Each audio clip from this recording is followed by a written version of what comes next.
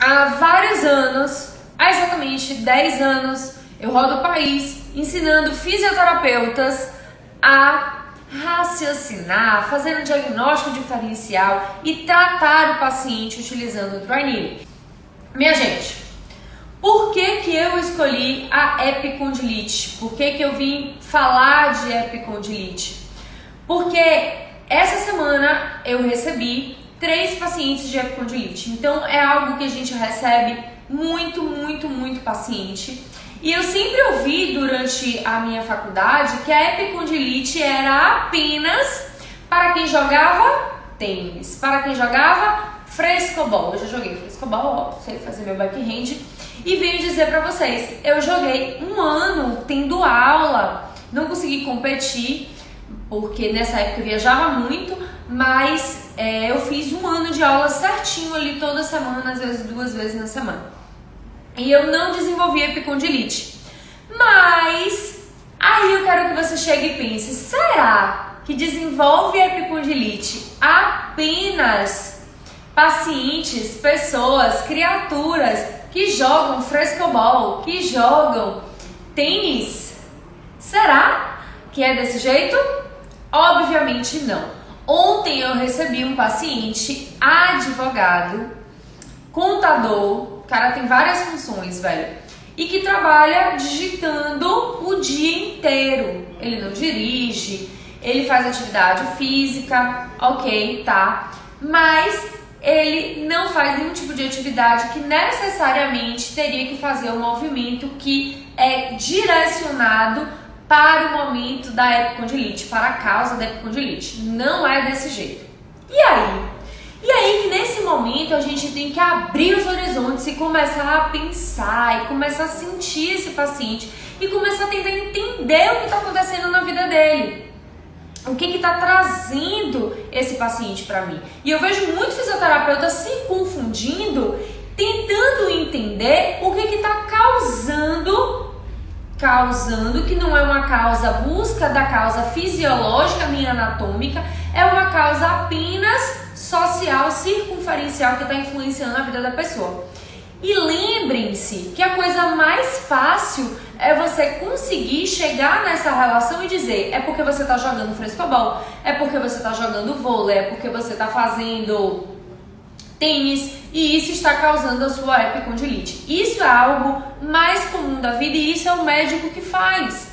Então, físio, você não precisa, não deve, não pode ir por esse mesmo caminho, tá? Porque você vai estar apenas dando o mesmo reforço para o seu paciente. E nós temos condição técnica, condição de conhecimento de dizer outras possibilidades que pode estar acontecendo aí com o nosso paciente, tá? Então, o que acontece? Pega aí meu paciente. Pega meu paciente que chegou advogado com dor, muita dor bilateral. Caraca! Então esse jogador teria que ser muito profissional para poder fazer rodízio, para poder não desgastar a articulação do jeito que deveria ser, né? E tal. Mas ele chegou nos dois, gente, ele chegou bilateral. E aí? Vai adiantar você nesse primeiro momento começar a questionar, futucar o que está causando a epicondilite dele? Ou vai ser muito mais viável, muito mais assertivo, mais direcionador para o seu paciente, você tentar entender a biomecânica e a fisiologia do que está trazendo ele ali. E aí a primeira pergunta que eu fiz para ele foi, nos últimos meses, 30 dias, 60 dias, aí ó, um tenista profissional, esse aí broca, viu? Um beijo enorme, tô morrendo de saudade de você até maio. Então, o que isso vai fazer efeito? O que isso vai fazer condição pra gente diante desse processo? É perguntar sobre a cervical dele, gente. Você precisa trabalhar em outra zona para o seu paciente. E aí você vai para a parte mais funcional dele, porque o cara não teve nada que estivesse acontecendo. Mas me conte, nos últimos meses você tem apresentado dor na cervical? Caraca, Cibele, você não faz ideia. Meu pai morreu em 30 dias. Eu tive um torcicolo muito sério. Tentei vir aqui, não consegui horário, tarará, tarará. fui tomando relaxante muscular, a dor na cervical passou. Então olha só o trauma. Primeiro veio a informação da perda do pai, se sentiu angustiado, se sentiu sem possibilidade de novas escolhas, de novos caminhos. E depois veio o quê? A imobilização da cervical e, em sequência, a dor no cotovelo bilateral. Tá entendendo? Associação? Massa. Esse paciente, a gente precisa estar associando, né?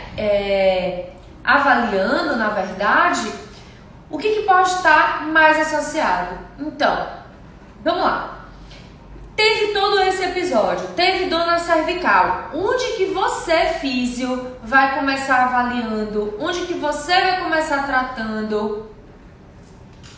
Bom, eu tenho que avaliar todo o processo. Então eu vou fazer a palpação na cervical, eu vou ver C4, C5, C6, eu vou ver o plexo braquial, o trajeto desse processo. Será que nessa entorse, ó, que teve aqui, que entorse, gente? Nessa tensão, nessa torcicolo que o paciente apresentou, será que houve algum bloqueio de plexo braquial e isso gerou uma alteração, tá?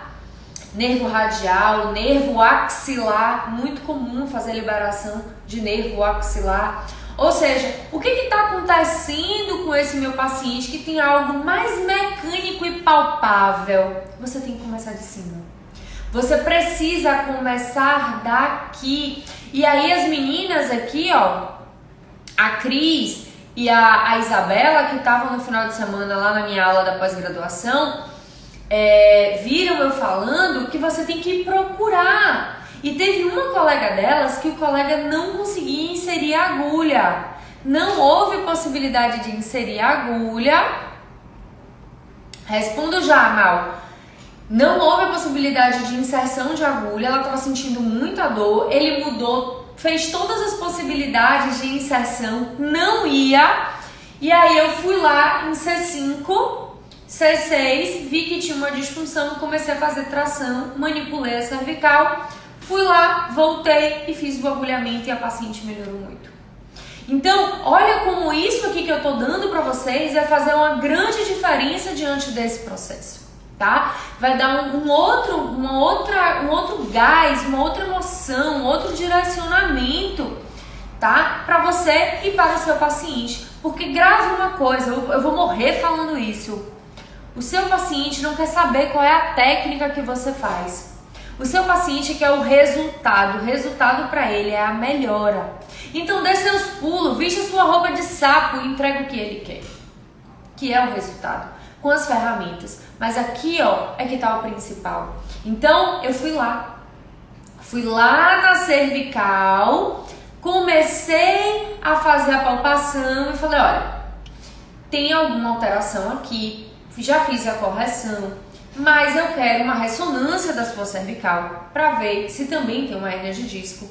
Mas eu já vou começar a tratar pensando também que tem uma hérnia nessa estrutura, que é a tração cervical, que eu utilizo aqui, tá? Muitos de vocês já viram no meu stories.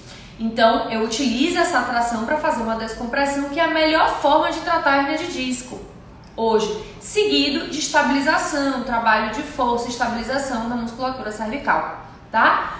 Mas e por que, Paranhos, essa viagem de começar a tratar pelo tríceps? Alguém aí sabe por que, tirando as minhas meninas que viram a aula, mas pode botar aí também, que viram a aula desse final de semana, tirando as minhas alunas do GPS do Droguinho, que já viram isso claramente, por que é interessante eu começar a tratar pelo tríceps? Coloca aqui pra mim, Participa aqui comigo, não me deixe só, porque eu tenho medo de escuro. Gostou? Não me deixe só, eu tenho medo do escuro. Gente, hoje eu tô animada, viu? Tô animada que só. Parece que ninguém nunca tratou a epicondilite pelo tríceps, correto? Vou inverter a pergunta agora. Alguém aqui já começou fazendo o tratamento de epicondilite pelo tríceps, sim ou não? Deixa de pobreza, vamos, coloca aqui, sim ou não, sim ou não? É igual quando eu tô dando aula online, eu peço pra todo mundo abrir a câmera, porque eu fico uma professora melhor. Nunca, massa. Quando vocês participam, eu me empolgo, eu fico doida, muito doida. Você já mal, massa. Vamos entender agora. Vou desativar comentários temporariamente, porque eu vou colocar aqui, ó, pra vocês. Olha só, minha gente. O porquê que é tão importante começar a atender pelo tríceps, pela cervical e pelo tríceps antes de ir para o supinador. E olha como isso tem tudo a ver, a história clínica, a história do meu paciente, como tem tudo a ver com o que eu estava falando de dor na cervical, tensão. Olha, o que a gente tem aqui nessa imagem? Estão vendo aqui a imagem A? A primeira imagem para vocês aí, tem o número A. Olha de onde está saindo o tríceps, da borda lateral da escápula. Estão vendo? Então isso quer dizer que todas as vezes que você, criatura, tiver um paciente de epicondilite, que não houver necessariamente um caso de jogo, algo envolvido, de movimentação, de ativação dessa musculatura, você precisa avaliar cervical e escápula, tá? Você precisa entender o que está acontecendo, porque você pode ter uma discinesia escapular, você pode ter fraqueza dessa musculatura da escápula, e esse paciente está o quê? Com uma tensão muito grande. E olha que legal que eu tô te dando de presente nesse momento. Essa imagem aqui é do livro da Jeanette Travel, onde ela fez a aplicação de substância salina na estrutura para ver onde que esse músculo referia a dor. E olha que legal, o tríceps, pela sua posição, por onde ele está, gera dor exatamente onde? No epicôndilo, tá? Então ele também está associado com uma dor até o antebraço, ele está associado com uma dor que vem até o trapézio. Então isso, gente, é o diagnóstico diferencial. E aí você vai começar a entender, será que na atividade física que ele está fazendo, ele está utilizando muito essa musculatura? Será que a musculatura antagonista está fraca? Será que tem uma alteração na escápula? Será que tem uma alteração vindo da cervical? E aí é que você tem que estar ligado nesses 3 passos que eu estou lhe dizendo. Ouvir a história, perguntar quando que começou, o que está acontecendo, criatura, na sua história de vida, que isso pode estar envolvido, que isso pode estar correlacionado, tá? E aí você não vai ficar pagando o mico de afirmar que apenas quem tem essa disfunção é quem joga frescobol ou quem joga tênis. Você vai começar a entender esse processo. Tá? Você vai começar a direcionar um raciocínio que tem muito mais a ver com o seu paciente.